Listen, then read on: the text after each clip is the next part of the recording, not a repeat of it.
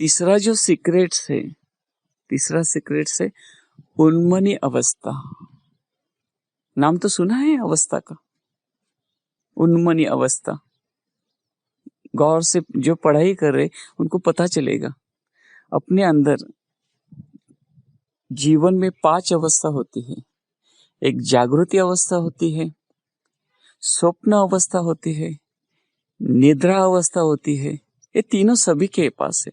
और एक तुरिया अवस्था होती है जिसको हम लोग ध्यानी लोग ध्यान कहते हैं, या कोई साधक जो भक्ति रूप से रहते हैं वो तुरिया अवस्था में रहते हैं।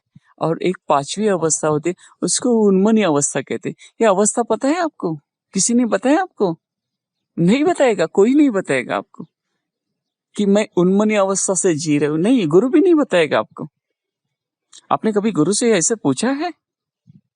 देखो, गौर से देखो, गुरुजी आप उन्मनी अवस्था में जीते हो, तो गुरु पहला ही आपको प्रश्न पूछेंगे कि उन्मनी अवस्था क्या है, आपको क्या कहना है।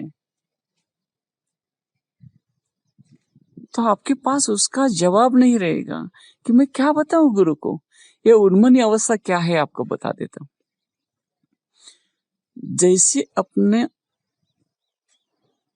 पूरा विश्व का ज्ञान, एक सीक्रेट्स पूरा विश्व का, जैसे पेड़ पौधा ये वो सब, जन्म मृत्यु, सुख दुख, पाप पुण्य, विचार के परे क्या जीवन है, समाधि अवस्था, वर्तमान काल, जितने भी भूतकाल भविष्य काल, जितने भी युग गए हैं, जितने भी कुछ पैदा हो गए सब मर गए, उस ज्ञान का एक सीक्रेट फिर से बता, उस सभी ज्ञान का एक सीक्रेट जानने वाली एक अवस्था है।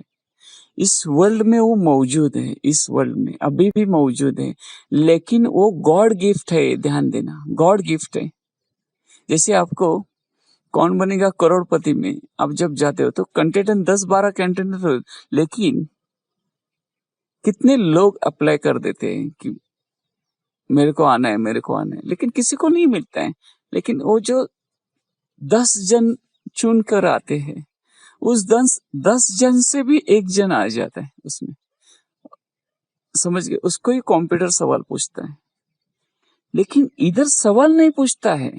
उस कंप्यूटर सवाल नहीं, हर प्रश्न का जवाब देता है।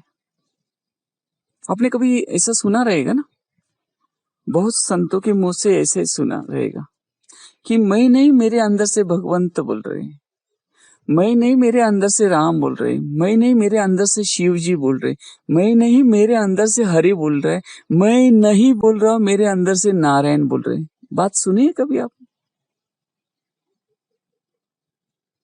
ये जो है, ये जो चीज है, हर भगवान को नाम क्यों दे दिया? क्योंकि ये उन्मनी अवस्था उस साधक के अंदर से हर चीज का जवाब देते। और जैसे अपन को जैसे गुरु बोल रहे हैं, अभी आप समझो, गुरु आपको ज्ञान दे रहे हैं, तो आपको क्या लग रहा है? गुरु के पास बहुत सारा ज्ञान है, ऐसा अनंत ज्ञान गुरु के पास है, बहुत सारा ज्ञान, और गुरु आपको बता रहे हैं। तो आप गुरु को पूछते हो, उनके पैर पड़ते हो, अपना पूरा जीवन दे देते हो समर्पित करके कि आपके ज्ञान के वजह से मेरा पूरा जीवन चेंज हो गया, मेरा परिवार चेंज हो गया, मेरा बिजनेस चेंज हो गया, मेरा सब कुछ चेंज हो गया। लेकिन आप कभी गौर से देखे हैं कि गुरु के अंदर क्या चल रहे हैं? गुरु के अंदर चल रहा है कि ये मेरा नहीं है ज्ञान। साधक को अंदर से बता, ये मेरा नहीं, वो गॉड गिफ्ट है मेरे को, भगवान की देन है मेरे को, मैं तो आपकी जैसा ही साधारण हूँ। जैसे जैसे वो उन्मनी अवस्था, जैसे जैसे प्रवचन हो, लेक्चर हो, निरूपण हो, जो भी चीजें से आप बात कर रहे हैं गुरु, तो गुरु भी अंदर से सुनते रहते हैं। ये भी बात आपको सीक्रेट्स बता देता हूँ,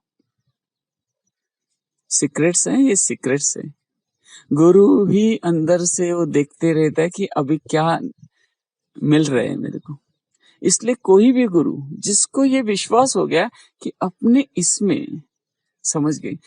अब एक छोटी सी चीज, गौर से बात मेरी सुनना, गौर से, एकदम गौर से सुनना। विश्व में जितना भी ज्ञान है, जितना भी ज्ञान अभी इस वक्त में जो मौजूद है, फिर गणित हो, साइंस हो और कुछ अलग अलग भाषाओं का जितना भी ज्ञान है, उस ज्ञान का गन्ने के जैसा रस निकाला। जितना भी इस पृथ्वी के ऊपर नहीं, पूरा ब्रह्मांड का ले लो, जितना भी ज्ञान है उसका रस निकाला जैसे गन्ने के जैसा, और वो पीने के लिए कह दिया, तो उस ज्ञान को कहते हैं आत्मज्ञान। समझ में आ गई मेरी बात? वो पूरा का पूरा विश्व का पूरा जो सार होता है, जो मेन चीज होती है, उसको कहते हैं आत्मज्ञान। समझ गए क्या? तो ये जो चीज है उसको ही उन्मनी अवस्था कहते हैं। पूरा विश्व को वो जानती है। उन्मनी अवस्था जिसके अंदर है, आत्मज्ञान होने के बाद जैसे जैसे पता चलते, उसको ही पता चलता है हर जीव नहीं है।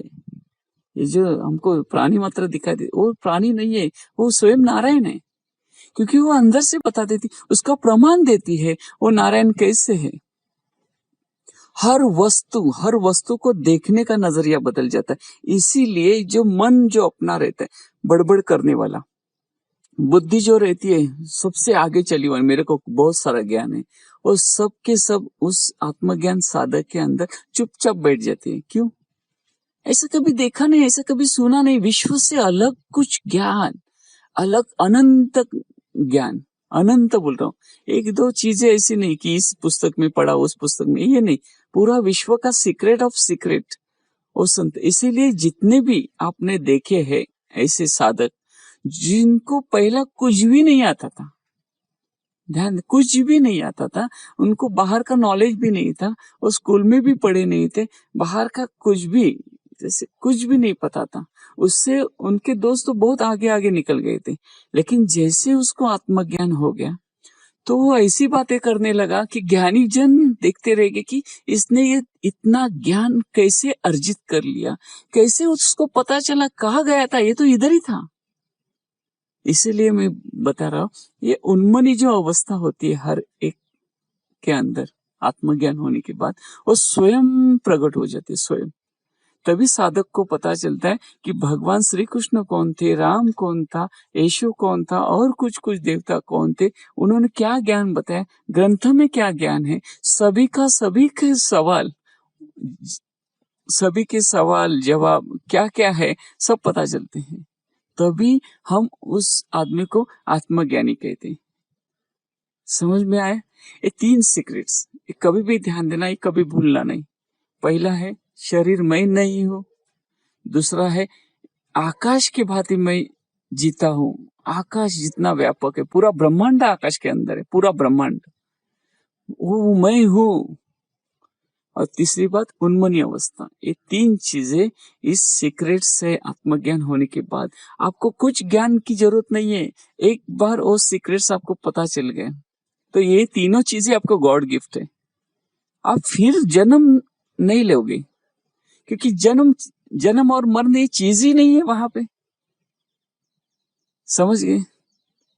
ये सब जितना भी आपने देखा है आजकल कि नहीं, जन्म कर्म पाप पुण्य सुख दुख, ये वहां पे कुछ भी नहीं है। उस ज्ञान की अवस्था से आपको उन्मनी अवस्था ही बता देगी ये सब झूठ है, उसका प्रमाण दे देगी आपको। और क्या चाहिए? प्रमाण दे देगी। साधक कुछ नहीं बोलता है, साधक तो मौन होता है, मौन हो जाता है, वो तो कुछ नहीं बोलते, अंदर से वो भगवंत की आवाज। ये सबसे बड़ा सीक्रेट्स है। ये जिसको पता चला वही शांत निवांत हो सकता है, बाकी कोई नहीं। इस विश्व में बाकी कोई शांत निवांत हो ही नहीं सकता। बाकी जितने भी है अजर अमर अखंड, उस चीज को ये 3 चीजों का यूज करके बताए। मैं समाधि अवस्था में हूँ, मैं वर्तमान अवस्था हूँ। ये भी थोड़ा सा आपको सीक्रेट बता देता हूँ।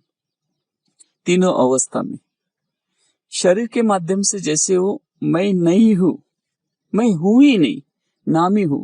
उस अवस्था में साधक क्या क्या देखता है? पहली बात वो वर्तमान काल देखते हैं, जैसे प्रेजेंट काल। उसको खुद महसूस कर सकता है, क्योंकि जहां पे कुछ भी नहीं है, ना मन है, बुद्धि है, विचार है, ना मैं शरीर हूँ, उस अवस्था को, निर्विचार अवस्था से वो खुद को देखता है कि मैं प्रेजेंट काल, मैं वर्तमान काल में हूँ, ना मैं भविष्य को देख रहा हूँ, ना भूतकाल को, मैं सिर्फ हूँ।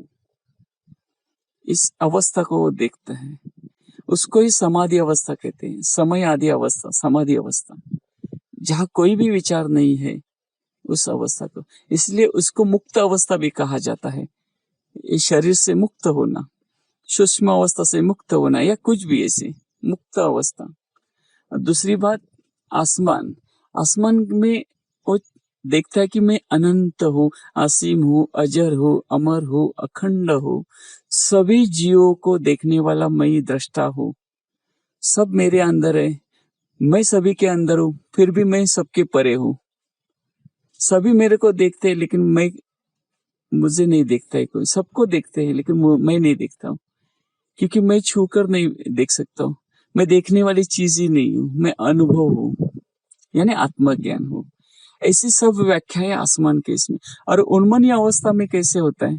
उन्मनी अवस्था में एक चीज बताई जाती है, वो चीज है कि मैं दिव्य ज्ञान हूँ, मैं पूर्ण ज्ञान हूँ, मैं सभी का जीवन का सार हूँ, सभी ज्ञान का मैं ज्ञान हूँ, अनंत ज्ञान का भंडार हूँ, दिव्य अमृत ज्ञान हूँ।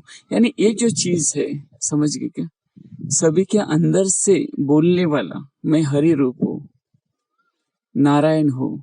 ये जो है सरस्वती हो या कोई भी, तो उस उन्मनी अवस्था से कहा जाता है। ये सीक्रेट्स आप ध्यान दे दो।